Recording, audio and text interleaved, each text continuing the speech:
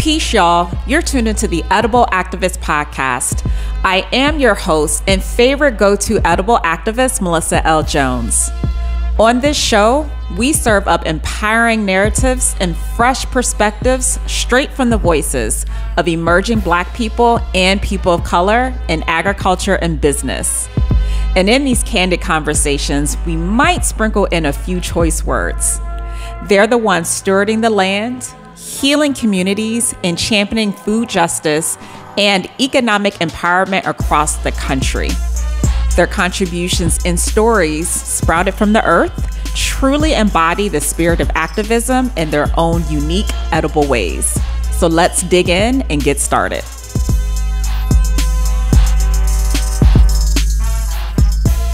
Peace and welcome to the Edible Activist Podcast. I am your host and favorite edible activist, Melissa L. Jones, here with another exciting episode.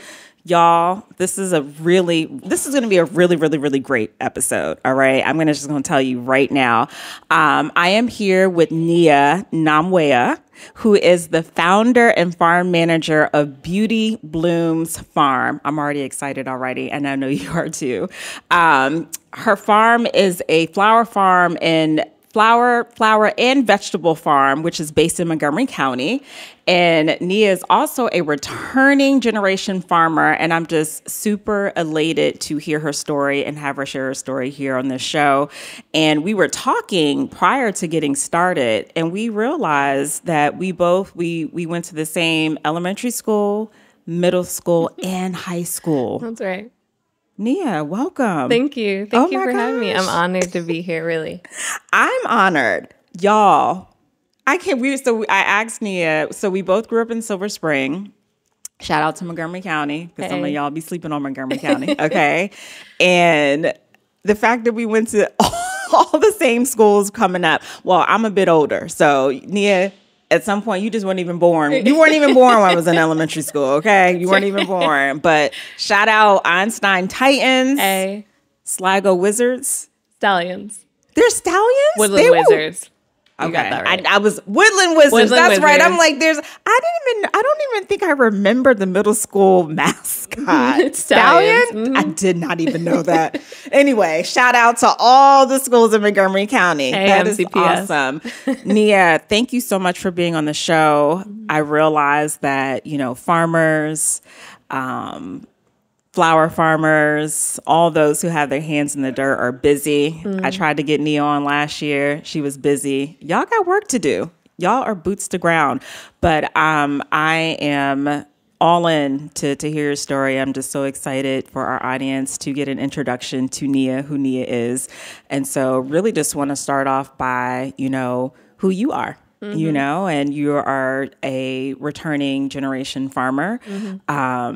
Really a reflection of both sides of your family. And so just really also want to tap into that too, and your rich heritage and your culture and just how that all, goes into play with your day-to-day work. So, let's start off with that. Kick us off of who Nia is and a bit about Beauty Blooms Farm. Yeah. So thank you, Melissa, first for having me. I'm really excited to be here. I'm Nia, founder, farm manager, Beauty Blooms Farm. Got started in 2020, and it was after about a decade in community organizing and nonprofit work, doing racial and economic justice work here in the city. And so I started the farm because I was really looking for healing work for myself, and I find working with the land really healing. And it was another way to bring the community work, the justice work that I want to see in the world through another way of being. So it was through the plants, it was through the growing food for community that I'm still able to do good work for the community. And that's why I really got excited to found it and continue to do that. We primarily grow African heritage crops. So my dad's from Kenya, my mom's white American, and I really focus on the Kenyan heritage piece because European roots and ways of farming are well documented. And even some of the practices, as I've learned from folks that have come before me, farmers, especially at Soulfire Farm, they're Afro-Indigenous practices that have sometimes been co-opted, resold back to you as if they're only European standards. And that's not true. African and Indigenous folks have been farming in harmony with the earth forever. So I really focus on the Kenyan part of my heritage and those cultural crops because I think they have stories that are important to be told and need to be told. Absolutely. And when I visited your website, and I stalk all the people who I just love and just enjoy their work, and you share your agricultural work. I mean, your partner in crime, and your partner on the farm is your dad, That's right? That's right. Shout out, Dad. Hey, Dad. Love you. So, how does that experience in working with your dad on the farm just really influence the work that you do? How does that inspire you, especially tapping into his roots because he's from Kenya, and then having him there? What does that all mean to you, and just how does that just influence your day to day? I think there's this joke about African kids that you're just always trying to make your parents proud. Yes, that is. And so I think that's a part of it. And I really do love my dad. I love his spirit, his energy as a person. And I think that respecting your elders and who came before you, especially coming from an immigrant background, coming to the United States, late 70s, early 80s, it's not an easy time. And so I feel like there's this great opportunity to really celebrate your heritage in this moment. And I want to do that as much as possible. So I learn from him. I look up to him. And I want to really tell the story of my family that has been resilient, that has been strong, that has been joyful against all odds of the world, right? Systemic racism, classism, xenophobia working against you. And yet you're still this beautiful person. So that's kind of where the Beauty Blooms comes from. It's yes, the farm is beautiful and wonderful, and there are these stories of my ancestors that are shared across communities. Wow. That I want to really tell through the farm. Wow, that's awesome. Shout out to Dad again. We should have invited him. We should have invited him. No, that is so lovely. You have, all of what you do is very unique. And, when you started out with a very small plot and then scaled up to about a quarter of an acre, correct? You started on an 1/8 acre. I'm now on 6 total. 1/8, yes. Okay. Yep. So small plot, 1/8 of an acre. That's what I meant to say. And now, which I want to get into that part, which is just really just blows my mind. And now on a bigger piece of land through a program that I definitely want to talk about. And that is through the Montgomery Countryside Alliance LandLink, correct? Yeah, that's where I started on the small plot. Oh, okay. So bring me up to the piece of land that you are on now, because that's a leap. That's a leap. That's right. It's a big leap. And full disclosure, I actively grow on 1 acre, and the rest of the 5 acres I cover crop. Okay. So there's the option to expand, but actively I'm on 1 acre growing the vegetables. I gotcha. And then I take care of the rest, steward the rest throughout the year. So in 2021, I knew that I wanted to expand from the 1/8 acre because I was essentially in someone's backyard growing, which was great because we got along, and the LandLink program was, for sure. It's necessary. We got along. We had shared values about growing food for community, but I knew I wanted to expand and grow more food.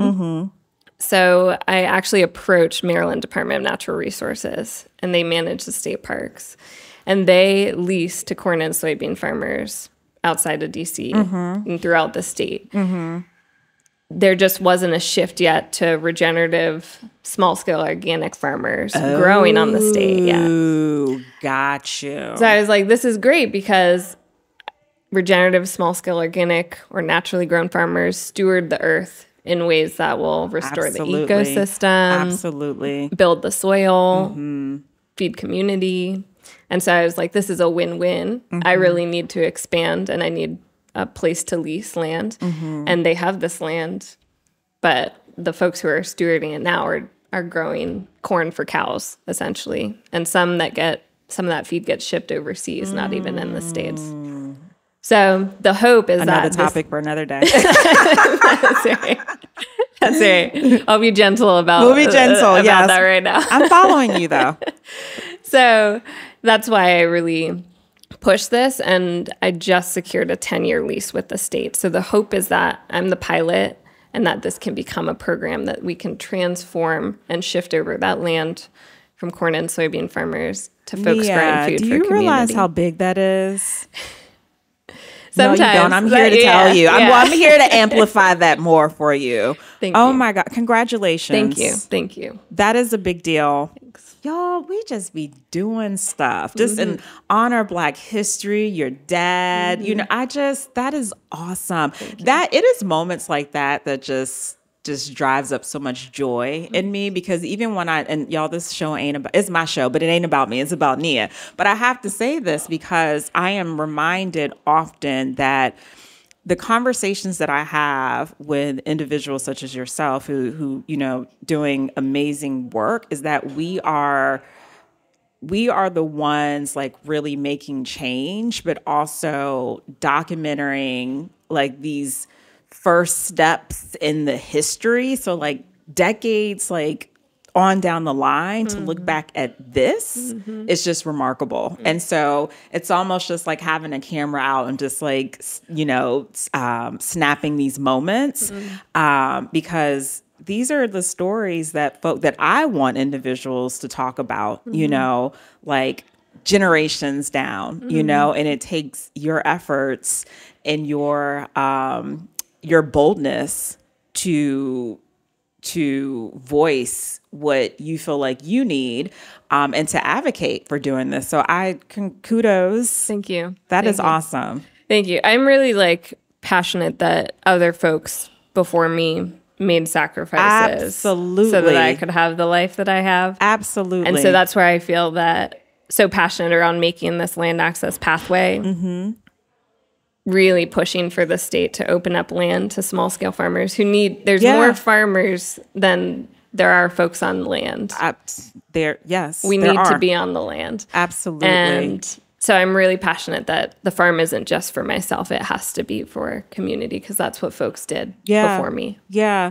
So are you able to share more around the logistics around what this land lease encompasses? Like, do you get some type of support? Like, are you having to come out of your pocket financially for this? And I am interested in learning more because there are programs where Black farmers can lease land and some, I guess the quote unquote leg up, don't kick me, y'all, I'm just using that kind of as out of convenience right now, is that okay, you have some land, even though we had it, but we have some land, right, to at least farm and grow food. But then there's a lot of operational costs behind that. So if you are open to, are able to share just around what does the logistics look with that partnership with the state? Yeah, so all the infrastructure, all the costs, equipment are on me as the farmer. Okay. So they just provide the open land. Yeah. That's it. My goal, if this does become a program, is to encourage the state to provide that infrastructure. So fencing, water, electricity, that they provide that as a launching pad kind of for beginning farmers. Because one of the biggest barriers, in addition to land access, is the capital costs to fund the farm. So I'm hoping that becomes something in the future. But right now, currently, I'm farming without water access. So I have to drive to a river to go get water and drive it back to the farm. Oh, my gosh. And without electricity. So I'm working on getting solar. Wow. Let's land here for a moment. What do you need? What do you need? To help? Because this is you and this is Dad. Shout out Dad. Hello, Dad. Yeah. Let's shout out Mom too.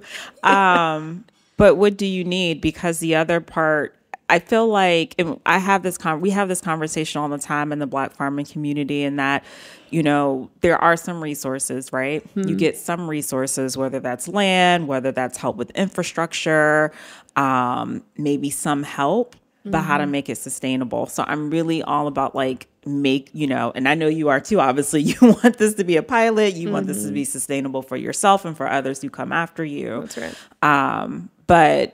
And if you don't have an answer right now, if you want to shout that out towards the end or want people to connect with you, I just want to also create a space for what you might need to help support what you're doing too.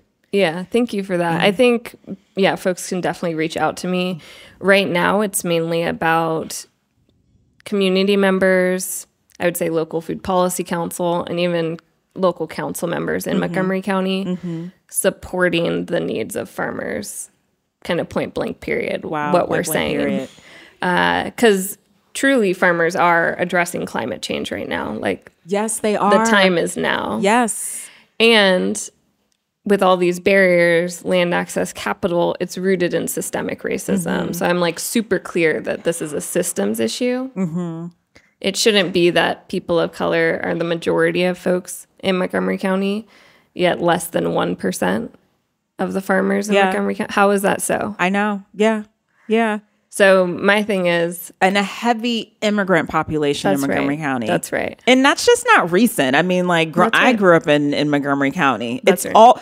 Where I grew up. That's right. Where I grew up in my building, like literally. For sure. So, yeah. And that's what we celebrate. And that's what we love, or at least I love about our area is the diversity. Absolutely. So why does every industry not reflect that diversity? Farming in particular. Our food, which is our everyday, one of our basic needs. Yeah. We really need to see that diversity reflected in our food system. Wow. That's powerful. Kudos. I'm just sitting here just relishing in what you're doing over here. I'm excited. I'm super excited. Thank you. I'm super, super excited about that.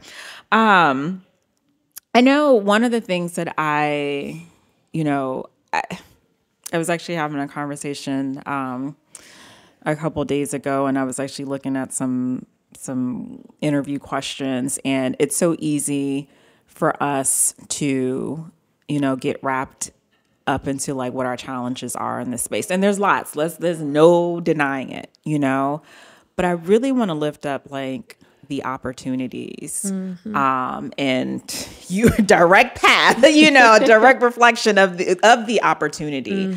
And so just really, again, we know what the challenges are, but since you've started, farming in your small plot and then your eighth of an acre, and now, additional acres, with your partnership with the state, what have been some like just really great opportunities that you stumbled on or, worked your way through, dug your way through, if you will, no pun intended, when you started farming that just, that just really helped you to elevate and just to really just continue to be in this space. Yeah.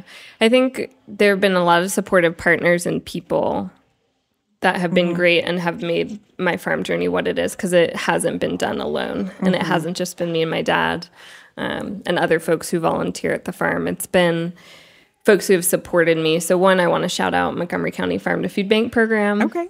They're awesome. Manna Food Center and more recently Capital Area Food Bank has been really supportive in buying directly from farmers. And in Montgomery County in particular, there was a capacity building grant. So that's how I first got startup equipment, was because Manna Food Center, the local Office of Ag, had a grant program. Like, hey, farmers, you can get grant money and equipment to scale up what you're producing to supply to the food banks. And so that's how I first got started. So that was like essential to farming, because that was all my seed starting tools, my planting tools I got through that grant. Yeah. And then I'd also say LandLink program. Okay. And being able to match with a landowner, because I was coming to farming, again, returning generation, but I hadn't been working my hands in the soil ever. So you are now. That's right.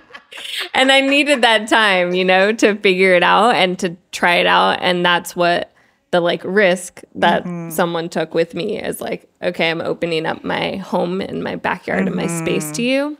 And so I'm also grateful to that landowner for allowing me that opportunity. Awesome.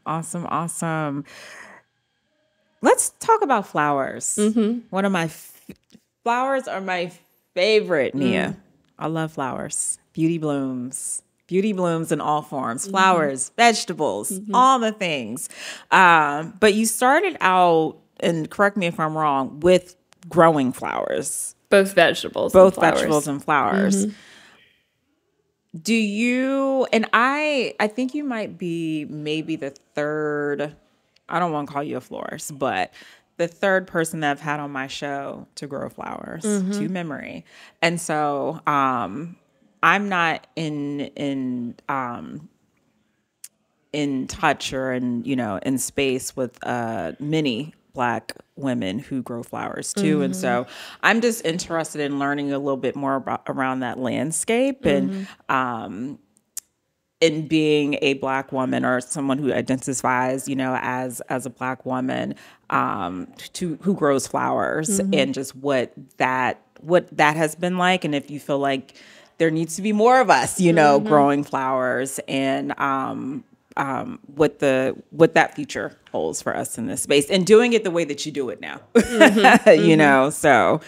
Yeah, I want to shout out a book first. Yes, there's this we book love called books. Awesome book called Black Flora. Okay, written by Terry Spite, and it's documenting Black florists and flower farmers across the country. Wow, and what their experience, stories, and journeys have been like. I would say for me, I grow less flowers than I do vegetables. Okay, but I think it's definitely a place where more Black flower farmers are needed. And there's a lot of opportunity there doing like wholesale to florists, also farmers market stands. Some flowers just like bring joy to people. Yes, always. And especially that really tall one that just sticks up. That's right. It just brings a smile to your face. It does. So I feel like there's more folks needed in the industry for sure. Yeah. And I mean, I'm telling y'all, I love flowers. Anybody who knows me knows that my favorite color is yellow and I love flowers. But even when I go, and there's some amazing, I got to shout out, Alexis at your Uptown Florist, not too far from here, unique story, and more so of following the footsteps of her dad, so that story is a beautiful one to me. But there's, Kamari, as well, Black Market Farms there. And there's, there are women doing it in their own way. But when I if I want to source, like a fresh bouquet, like something that I know that was, gentle practices with flowers, we don't exist out, and that's on the interwebs. We do not. So, it is my desire to see more of us in this space and being able to get, flowers where you desire, a bouquet that was, that was fed well and was and they're using gentle practices on how they grow their flowers. We just do not exist. So I was just really curious for that space. But more vegetables than flowers. What do we grow, Nia? Tell us a little bit about what we can find if we were to go to your farm. And I want to come visit. Yeah, you're welcome to anytime. I grow tomatoes, cucumbers, dark leafy greens. So the flower cleome, there's actually an edible variety of that. And a bunch of East Africans eat it. So in my tribe, we call it chinsaga. Okay, chinsaga. Okay. Yeah, that's right. Dark leafy greens, nightshade greens, so managu, but it's also called njama in other cultures. Peppers, hot peppers. Yeah. We love a hot pepper, y'all. Yeah, cayenne, Scotch bonnet, jalapenos. So all types of different vegetable varieties, but try to root them and source them from cultures that are primarily African. Yeah. All right. I'm ready to feast. You just shouted out a whole feast. I'm ready.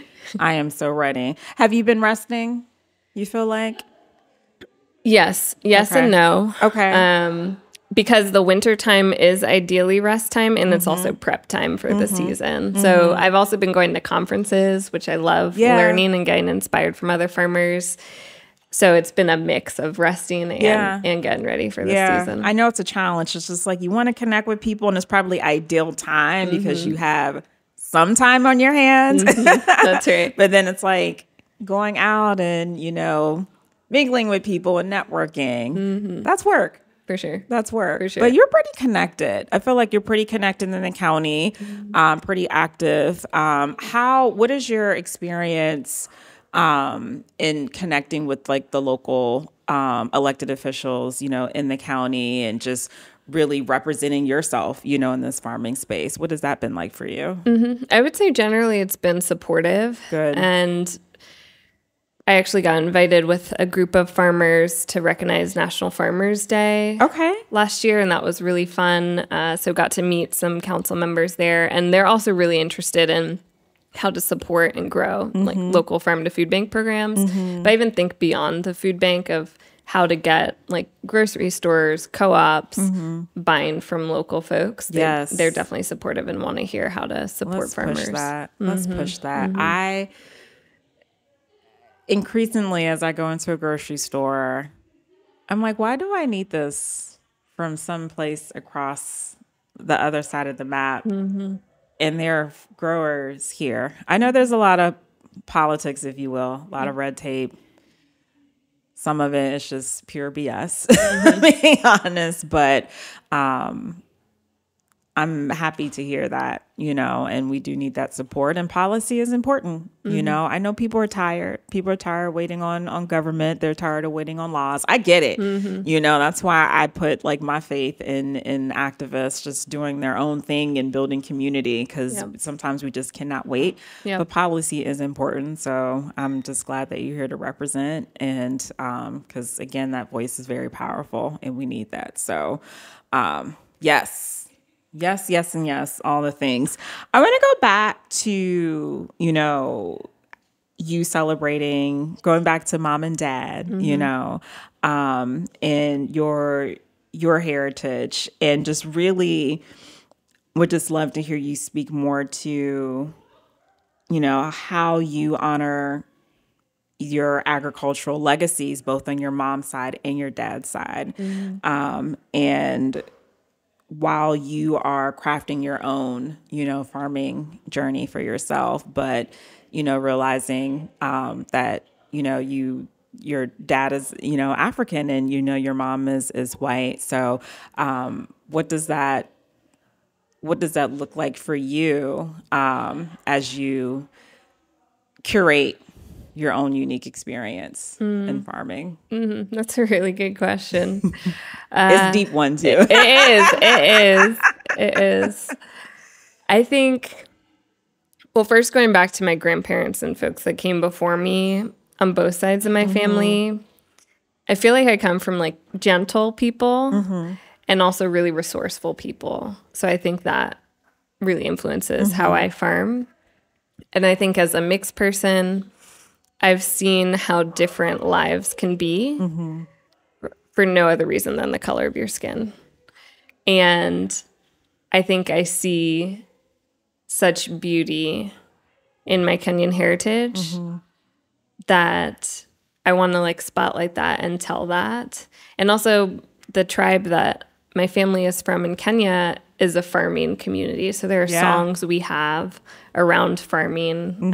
One of the ones I love is around like, the line is literally, she's tilling the land like the women of old. So like to think that people hundreds of years ago were singing these songs in the farm as they were harvesting, as they were planting is so special to me, and preserving that is really important to me.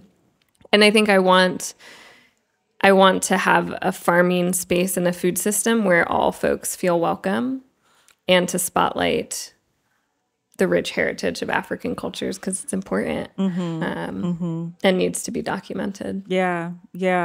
Does mom ever come out? She does. She does. My mom also. We need to see these photos, I need to see the family on the farm. Yes, mom is involved. She's also like my number one marketer. She talks about me all the time. Of course she does. To everyone. That's my baby. Yes.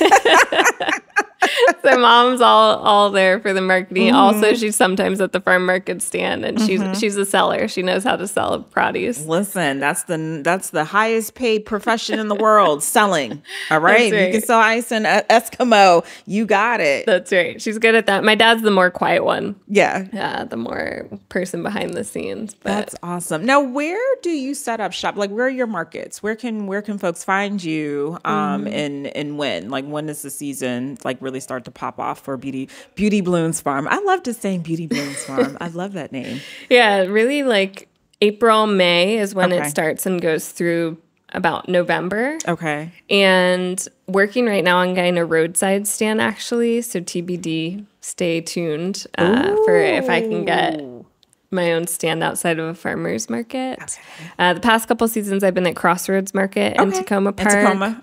Mm-hmm. And also due primarily to the food banks, but I post on my social media and website about where I'll be this season. So stay tuned. Awesome. Listen, I really let's speak it, y'all. This roadside stand. I can just see it now.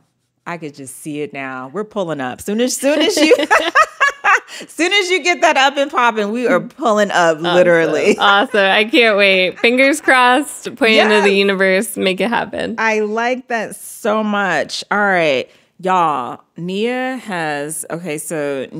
is the founder and farm manager of Beauty Blooms Farms out in Montgomery County.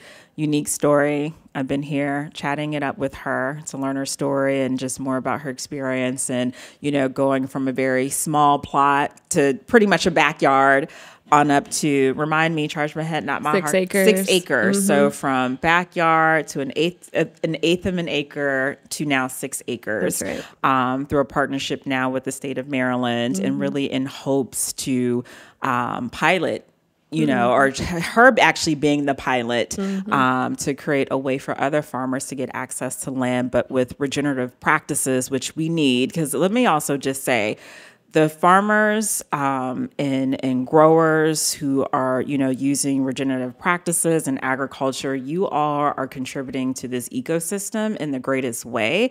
And I just do not feel like this community is being uplifted enough around that. Climate change, like we are just really doing the work. I know it's not highlighted all the time, but we are. And so I just want to say that. But I'm just here like recapping the conversation that I had with Nia. And she has some exciting things coming up. We're actually going to cross our fingers for this roadside stand.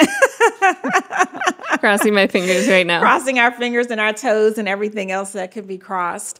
Nia, what else is in store? You talked about the roadside stand, but like, what are some other, roadside stand, 6 acres, really hoping for you to, you are the pilot, but want to be able to like really create a program behind your footsteps and what you're building. What are some other aspirations of yours for this? I would love to see the crops that I grow, Kenyan crops, African heritage crops, widespread and kind of mainstream in our local stores. That's the next thing that I'm trying to work on is how can I get this scaled to co-ops, to grocery stores, accessible to folks at farmers markets. I think that's the next piece on the horizon. I like that so much. What is that process? I'm always interested in what things look like, y'all. Y'all gonna hear me. What does it look like? I'm a visual person. I'm a planner by trade, like a project manager by trade. I like to see things. Because I want to see more growers' products in stores, in co-ops. And I'm talking like, I'm walking in Giant, okay? Like, and yes, co-ops, like, which are, really the cornerstone to a lot of communities, small communities, in not just this area, but like across the cities, there are like amazing people building co-ops, which is just really great. But like, if you don't have a co-op around the corner, can I walk into a Safeway? Maybe I'm just like delusional at this point. But seriously. Yeah. No, that can happen. And big farms do supply to the Safeways, the Giants, the Walmarts. And so I think that's a really great place where we could start building and pushing for local farms' produce to be in those places of our local grocery stores. Yeah. All right. Well, you got an agenda, Nia. You got a whole agenda. And so before we wrap up, where can folks find you online, on the website, if they want to buy products, like all the things? Or do we just need to go talk to mom? We probably need to shout her contact information out too. You can always talk to mom for sure. If you see Marianne on the street, talk to her. Right. She is like a really bubbly, really outgoing person, a great person to talk to. I'd also say you can find me at beautybloomsfarm.org. That's the website, or on Instagram at beautybloomsfarm. You can find out all the information about the season there. All righty. Sounds good. Nia, one edible act that anybody can take, like in this very moment, the next day, let's just say even the next week, y'all. Y'all got until next week to support food equity. I would say support your local farmer, and that could be through many ways. So first, you could definitely buy and purchase from your local farmer for sure. And if that's not accessible, you can always shout out and spread the word about local farm that you love, a farmer you love. You can always go and support and push if folks have a message. Me in particular around land access in the state, you can definitely support that. So I'd say support your local farmer and what they say, their needs and what they want to see in the world to grow food for you. All right. You heard it from Nia's mouth. All right. Nia, thank you so much for joining. Y'all make sure y'all follow Nia, follow everything that she's doing. Beauty Blooms Farms, more vegetables than flowers. Make that a t-shirt. But I'm still looking for the flowers though. They'll be there. Sunflowers will definitely be there this summer. Yes, absolutely. And make sure you tune into this episode. We can be found on iTunes, Spotify, and leave a review if you like what you heard. I hope that you did. Let us know. Drop us a note. And if you're interested in being on the show, just hit me up on Food Talks in Color. That's just the letter N. Shoot me a DM. But not for anything else, though, guys. All right. All right. Peace, everyone. Thanks for tuning in. You can catch today's episode on iTunes, Spotify, and Simplecast. And be sure to follow us at Food Talks in Color. That's just the letter N on Instagram, Facebook, and Twitter. And did you know we are on Patreon? This is a way for you to take action and support our mission of amplifying BIPOC voices on the Edible Activist podcast. Visit patreon.com/Food Talks in Color to learn more. Peace and blessings. And remember, in the great words of Baba Tariq Adunu, there is no culture without agriculture.